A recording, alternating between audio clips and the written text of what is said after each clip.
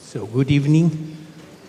I want to address with you together the crucial issue of this meeting, of our conference, and to summarize what we have from the beginning on, also from the beginning on with the Cardinal, this crucial point of the interaction of the idea of safeguarding and the idea of culture. These two things are depending to each other, but how to deal with them. So Tina and me, we have the idea to make at the late afternoon this in another type of teaching, of speaking, and so it's a little bit of edutainment. So we hope that you are not too tired for all these things, and to explain and to summarize a crucial issue which we have not answered until to this moment. There are a lot of questions, and our intention is to indicate this problem of open questions we have to deal with, although during this conference and after this conference. I have brought to you 3 cultures.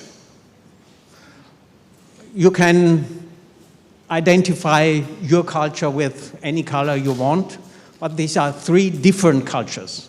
So let us do some intercultural exchange. For example, this one, and this one. God, that was a good catch. These, very good, sportsmen and women. So the reaction was very typical when we are confronted with something unexpected, when we are confronted with what's not programmed. It's a little bit of, ah! There was something is flying to me, and I'm confronted with the culture. Oh, sorry, this is the wrong color, this was the wrong ball, I want another one. So please give me back your cultures. Yeah, my sister. Oh, thank you. And another one, yes, thank you very much. And a red one, aye, thank you. Whoops. You can see, culture is something, for the first impression, something is something we can have a game together with cultures. We can talk about cultures. We can exchange about cultures.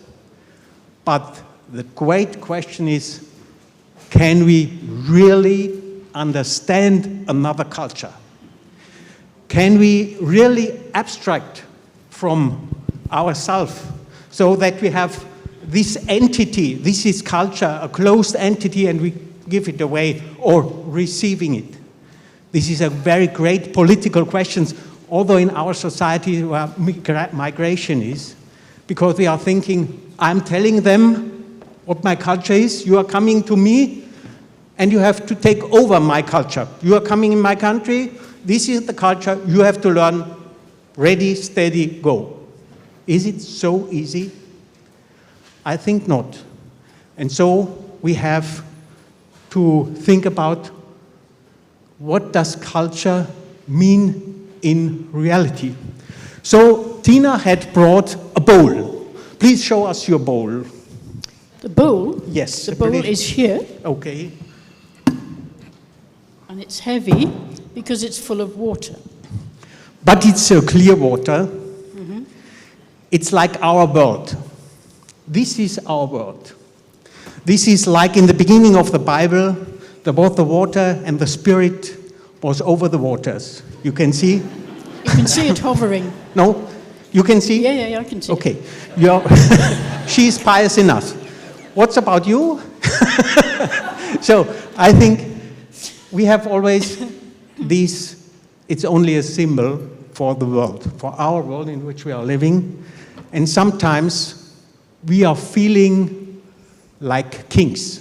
I have brought to you this king. You can see it? No? This is a small figure, this king. Okay? We feel like kings because we are thinking we are in our world, our kings. We have direct access to our world. I see it, I smell it, I feel it, I touch it. Sometimes I talk to it, hi. This world is not talking to me. So we are thinking we are the kings. Oh, sorry, gender reasons, Tina. Yeah, and look around the room. Yes, In terms sorry. of gender, I can't believe I'm doing this. I will quickly add, it's his, it's not mine. So let it go. Let it go. Some of you will know it. Come on, own up. Let it go. Okay. So I think let it go has to go in the water. In the world, Yeah. this is the queen Indeed. and the king in the water. In the world, direct access to the world. Everything is clear. Nothing divides or separates us for a direct access to world. Is this reality? Is this true? That we have always direct access to the world? No, it's not true.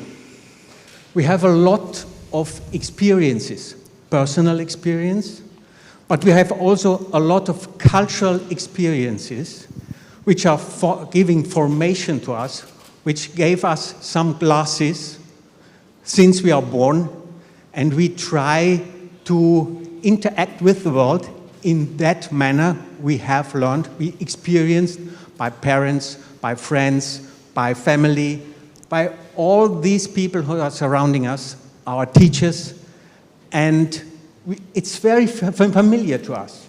And we are thinking that this is reality, what we are experiencing, what we are seeing, what our perception is, what we are eating, what we are tasting, what we are identifying as beautiness, what we are thinking about the conception of the world, that the world is very clear. But is this true? When we are in contact with other peoples, with other cultures, with people who are coming from other territories in the world, there is some feelings of it's disturbing us. Because we are aware, and we are becoming aware, that there are great differences. So Tina, for example, some examples from your experience as a British, or British, I think? Careful. Yes, more or less, okay. No, I have to be very careful because I know there are 3 Scottish people at least in the room. Oh, sorry, 4. So and I'm not Scottish, that's why I'm being careful. So I'm Welsh, as some of you know, and I have lived in Scotland for over 25 years, but I still find, with great respect to my colleagues and friends from Scotland, I still find some aspects of the culture something I just cannot fit into. You know, I cannot, some of the words I don't understand still. Yeah. But also just the culture of sport and the culture, some of the culture around worship and the language that's used is very difficult for me. So the Cardinal has mentioned it yesterday when he has his initial statement. He told us about different cultural differences, different modes, different types of encountering our world, interpreting our world. So the Cardinal mentioned that there are some areas when he is visiting, the distance between the people is very close. Mm-hmm. So, okay. Boundaries. You can imagine. Or that there are other things for the understanding of person he has mentioned from the definition of a person only in connection with family or with tribe. And this makes a very great difference. And although in this context, what does it mean to talk about dignity? It's a nice word, but it's a nice term. But what does it mean concrete? And there are very, very great differences. For the dignity, for one person, it's very important to be accepted as an individual being, and for another person, dignity means to be accepted in the context of the family. So this is only one example where you can recognize that we cannot only make this isolation of our culture. It is somehow that we are immersed in culture, and we cannot only separate ourselves from culture. One example, I tried some cooking, okay? Culture is something we are immersed in.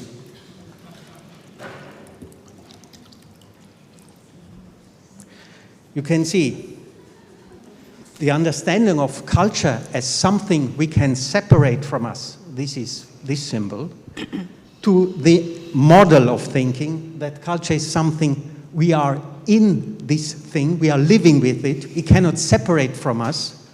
Then we also recognize that when we have the perception of the world and and when we are applying norms, laws, regulations, also ethical norms, we can do it with the color, with the culture in which we are. We cannot separate it directly from us. We cannot do this, okay? I want to have an abstract thing, for example, safeguarding. I want a general thing like general safeguarding rules. Then I myself go outside of my culture, look around and say, where is the general safeguarding guideline? And then I'm translating it and then I'm going back. This will not work. You cannot go outside. And then? Please. And what about when, what's her name? Does anybody, Elsa, okay. When Queen Elsa goes outside her comfort zone, her world, what does that mean to her as well? Because I was thinking gender is a huge issue for us, not in a negative way, well maybe in safeguarding, sometimes it is, but dignity in terms of one's gender is very important. So it's lovely to be referred to as a grandmother, thank you very much students, but yeah, what's my sense of being treated with dignity as a woman working in a very normally male-dominated environment? So, be aware, there are no general, abstract ideas as such we have directly access to. We can try to come closer to this. We can try to understand each other, but we have always be aware that every word, every concept is emerged in our cultural view. We can only have a view through our culture. We cannot separate. And for safeguarding, this means that we have to be very clear what is the concrete meaning of terms we are using always together, but I'm not convinced that we are using the term with the same meaning. For example, what does it mean to be safe? Yes, you can say in extreme situations, not being raped, not being killed, but there are very different expressions for being safe. Is it safe when a children can do everything what it wants to do? In some Western countries, there is the conviction that a children is allowed to do everything what it wants to do. And it's the duty of the government, of the local government, that the little child can jump into the water, and the state, the government has to do everything, that there is nothing what can threaten this child. Other people say safe means that I'm teaching the children that they know where there is danger in nature, for example. This is a different concept of safety. Only a little example. Or another one, what does it mean to guard? What does it mean? In what density does it mean guard? Does it mean I'm always very close to you and I'm guarding you? Now you are very safe, okay? Yeah? You feel it? Okay. You know, I could say, this is very safe because I will protect you, okay? I will protect you. But don't move. And don't talk to me because I have to be aware of the dangers here. Huh? No. What does it mean? And there are also cultural differences. So there is no sense that there is coming somebody and saying, Tina, please write 10 guidelines for Africa, Asia, America, and the North Pole. By tomorrow? Yes. Okay. So, because this means I have marbles here, marbles. I can, and these marbles are like these general guidelines for everybody, everywhere, every time. And I have only to translate it in the right language. And then it's done. Please, give me a homepage. Please, give me something to click. And then I make a download and the thing is done. Okay, safeguarding guideline, risk management, whatever. I've forgotten, okay. This doesn't matter. So, what are you seeing? What's happening? What's happening? Nothing. Nothing. And this is the experience we always made also in the Institute when people are telling to us, what shall we do? We have guidelines. We have implemented guidelines. They are implemented by the bishop has signed the document. The Vicar General has signed the document. Everybody has signed the document, but at the end, sorry, nobody is interested in. So, and you can see here, it has no purpose to make this stream of general things. And have you noticed that the Queen had 2 marbles and the King had 1? Okay, not physical things here. So, you can see I have very clean marbles here. Very clean. Very exactly formed. Perfect. They are perfect. From an academic point of view, I can say it's very, very good. Very, very good. Please send it to me. But you can be convinced it's no purpose. There is no purpose. Though we have a very, very great question. We have the very great question is, how can we imagine and how can we handle this problem of this cultural issue and safeguarding? And to me, it's very important to make this reverence to the Bible. I think we have in the Bible a very, very, very good thing, which gives us a very good input reflecting on. There is written in the Bible that you have one duty. Become the salt for the earth, the salt of the world. And another thing, become everything for everybody.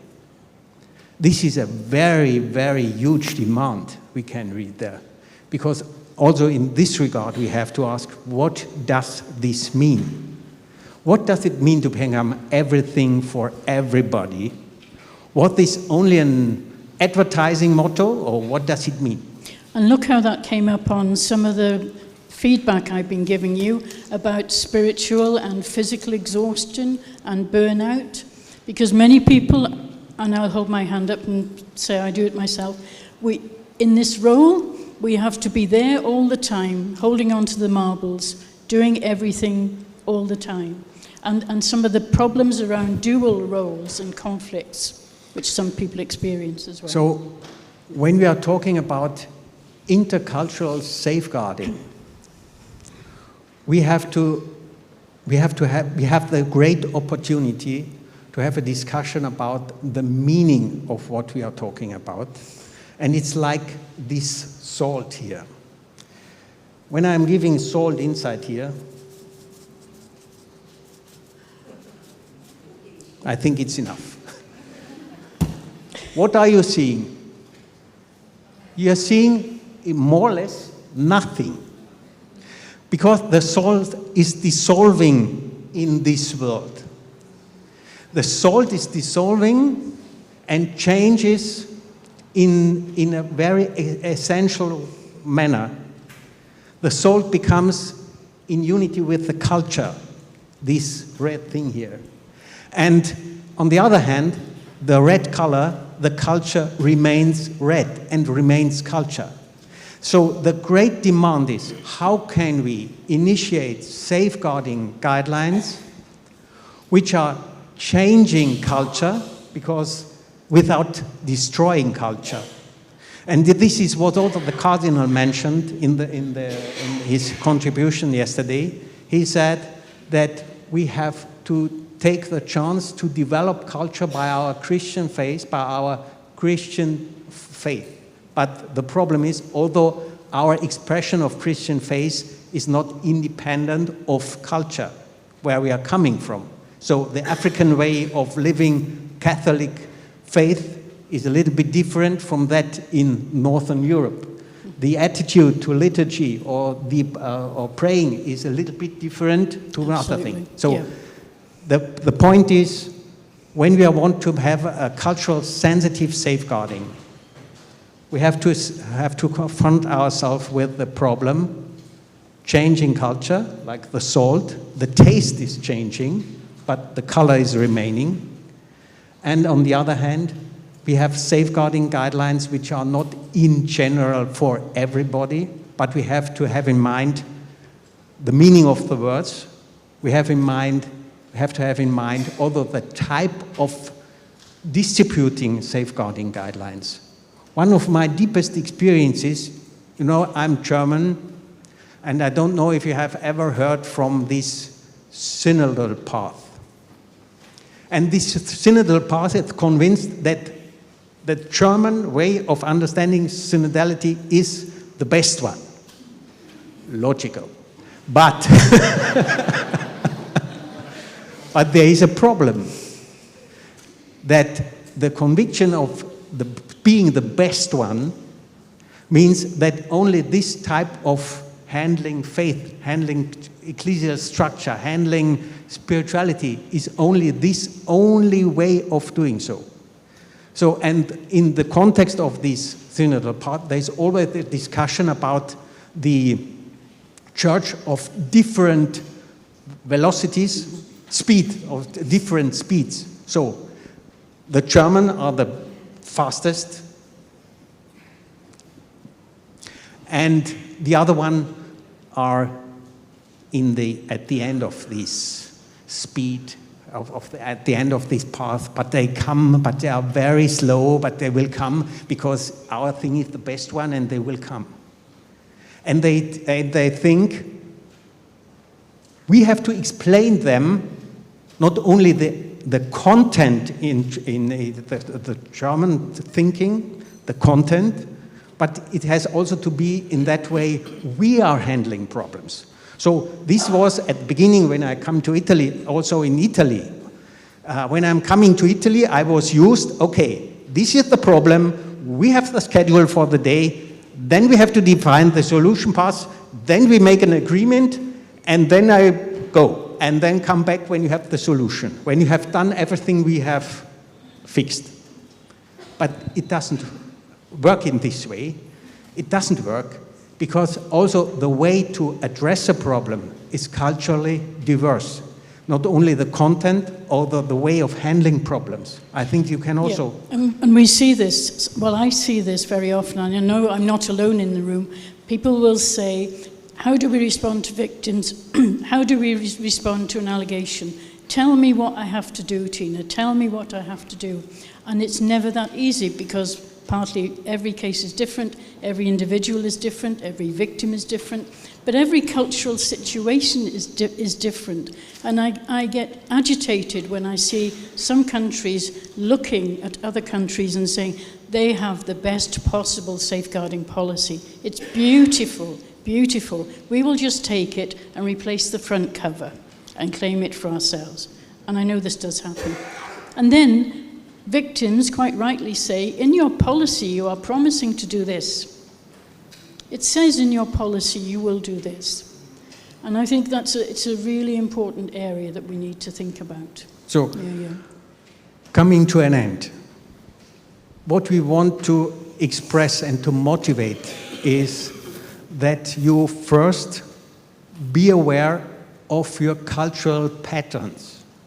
Be aware of your specific situation about religion, personality, and also the key issues of safeguarding like power, gender, sex, authority, relationships, distance, boundaries. It's very different. Be aware of this. You can be proud of your culture, but also be very cautious with your culture, because there is no one culture who can claim this is the only right one culture. And intercultural safeguarding means we are learning from each other. There is not the northern Western European model for safeguarding. This is one possibility of doing safeguarding. And we have to be in contact to learn from each other, to cancel errors we have. We have also in our culture, in our Western, Northern, German culture, our problems with national identity, problems with gender issues, problems with our history, and so on. There are many problems, and we cannot claim we are the best one and the others have to do like we do it. But also the other one cannot claim it.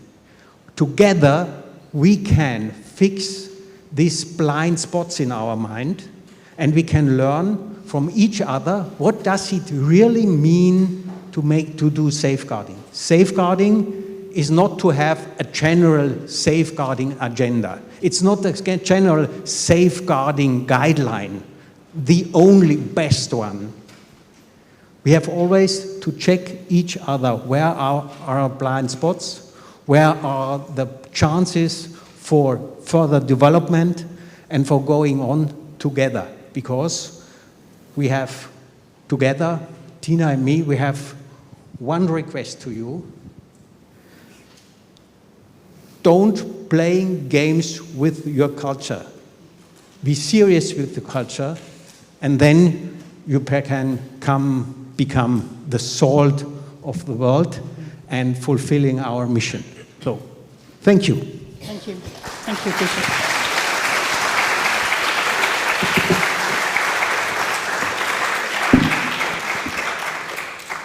So thank you very much, Tina and Father Bear, for this very creative expression also of, let's say, the complexity of culture, and also how that influences on safeguarding, and where we have to be aware also of this interaction, and how we are in the water, really, and to create principles of safeguarding which are not just added like the pebbles, but which are more like the salt. I would suggest take some minutes now for you privately, just to jot down some of the insights you got from this now, to take that along home.